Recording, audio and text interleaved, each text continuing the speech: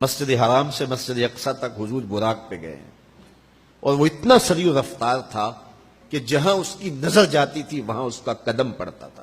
تو اس نے تو پہلا قدم اٹھایا ہوگا تو مسجد اقصی میں جا پڑا ہوگا، اور اتنی سرعت کے ساتھ وہ رفتار کے ساتھ چلتا ہے. پھر حضور اس کی پشت پہ جلوہ فراز. یہ 1000 کلومیٹر فی گھنٹے کی رفتار سے جہاز چلے تو کسی میں ہے ہمت کہ اس کی ننگی پشت پہ بیٹھ جائے؟ ہوا کی مزاحمت ہی گوارا نہ ہو، پڑخ چڑھ جائے، آگ لگ جائے، اور جو کروڑوں میل فی سیکنڈ کی رفتار سے جا رہا ہے اس کی ننگی پشت پہ بیٹھنے والے شاہ سوار کی عظمت کو سلام کرنے کو جی نہیں چاہ رہا. اچھا، پھر اتنی سرعت کے ساتھ جائیں تو راستے میں کوئی دکھائی بھی دے تو سجھائی نہیں دیتا، اچھی طرح پہچان نہیں پاتا بندہ. یار تم گزرے تھے، کہا میں تیزی میں تھا، تو تیزی میں جو چیز نظر آئے تو اس کو پوری طرح پہچانا نہیں جاتا. لیکن اب اس رفتار سے جا رہے ہیں، لیکن معرفت کا عالم کیا ہے کہ میں حضرت موسیٰ کی قبر کے قریب سے گزرا، میں نے دیکھا وہ قبر میں کھڑے ہو کے نماز پڑھ رہے ہیں. اور حضور ابھی وہاں پہنچتے ہیں مسجد اقصی میں تو حضرت موسیٰ علیہ السلام پہلے وہاں موجود تھے. یا تو یہ ماننا پڑے گا کہ یہاں بھی موجود تھے وہاں بھی موجود تھے، اور یا پھر یہ ماننا پڑے گا کہ وہ پہلے چلے گئے. اور اگر پہلے چلے گئے تو پھر کیا وہ میرے حضور سے پہلے چلے گئے؟ تو جواب آیا کہ نہیں، حضور علیہ السلام تو اپنی رفتار سے جا ہی نہیں رہے تھے. حضور تو جا رہے تھے براق کی رفتار سے، اور حضرت موسیٰ گئے ہیں نبوت کی رفتار سے. براق بہت سری ہوگا لیکن نبوت سے سری نہیں ہو سکتا، اس لیے حضرت موسیٰ پہلے پہنچ گئے. یہ ایک مرحلہ مکمل ہوا.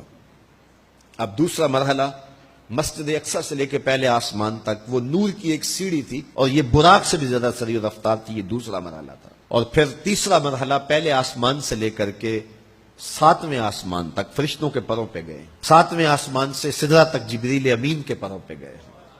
یہ چوتھا مرحلہ تھا، اور ہر مرحلہ پہلے مرحلے سے سریع تھا. اور پھر سدرہ پہ جا کے جبریل نے بھی کہا کہ آگے میں نہیں جا سکتا، لو دنوت خطوۃ لاحترقت، اگر میں آگے بڑھوں تو جل کے راکھ ہوتا ہوں. تو حضور علیہ السلام کے لیے ایک سبز نوری تخت لایا گیا جسے رف رف کہتے تھے. اس پہ حضور تشریف فرما ہوئے.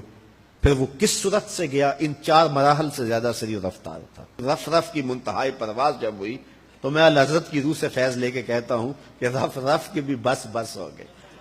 اب یہ 5 مراحل اپنی انتہا کو پہنچے. اب یہ حضور کی ذاتی رفتار نہیں تھی، ذاتی رفتار اب شروع ہونے لگی ہے. اللہ اکبر. پھر آواز آئی، ادنو منی یا احمد، پیارے رک کیوں گئے ہو، آگے آؤ. اللہ اکبر. اور حضور پھر اعلی حضرت فرماتے ہیں کہ ڈرتے جھجکتے آگے بڑھے. کیوں؟ جلال و ہیبت کا سامنا تھا، جمال و رحمت ابھارتے تھے. عبد تھے نا، معبود کے حضور حاضر ہو رہے تھے تو جلال و ہیبت کا سامنا تھا، جمال و رحمت ابھارتے تھے. آواز آئی، محبوب آگے بڑھیے. حضور نے ایک قدم اٹھایا. اب پھر فاصلہ کتنا طے ہوا ایک قدم میں؟ مسجد حرام سے لے کے مسجد اقصی تک براق نے جتنا فاصلہ طے کیا، مسجد اقصی سے لے کر پہلے آسمان تک نور کی سیڑھی نے جتنا فاصلہ طے کیا، اور پہلے آسمان سے 7ویں آسمان تک، اور پھر وہاں سے سدرہ تک جبریل اور فرشتوں نے جو فاصلے طے کیے، پھر اس کے بعد رف رف جہاں تک گیا. ٹوٹل ان 5 مراحل میں جتنے فاصلے طے ہوئے، حضور کے ایک قدم اٹھنے سے اتنے فاصلے طے ہو گئے. اب یہ رفتار تھی میرے حضور کی. پھر ہر قدم میں اتنا فاصلہ طے ہوتا جتنا پیچھے ٹوٹل قدموں سمیت فاصلہ طے ہو چکا ہوتا. اب کوئی حساب کر کے تو دکھائے. اللہ اکبر. اور پھر آواز آتی گئی، بڑھ اے محمد، قریب ہو احمد، قریب آ سرور ممجد. نثار جاؤں وہ کیا ندا تھی، وہ کیا سما تھا، وہ کیا مزے تھے. 70,000 مرتبہ آواز آئی، اور حضور کے قدم اٹھتے گئے. پھر کہاں تک پہنچے؟ کوئی حد ہے ان کے عروج کی، بالا غل اولابے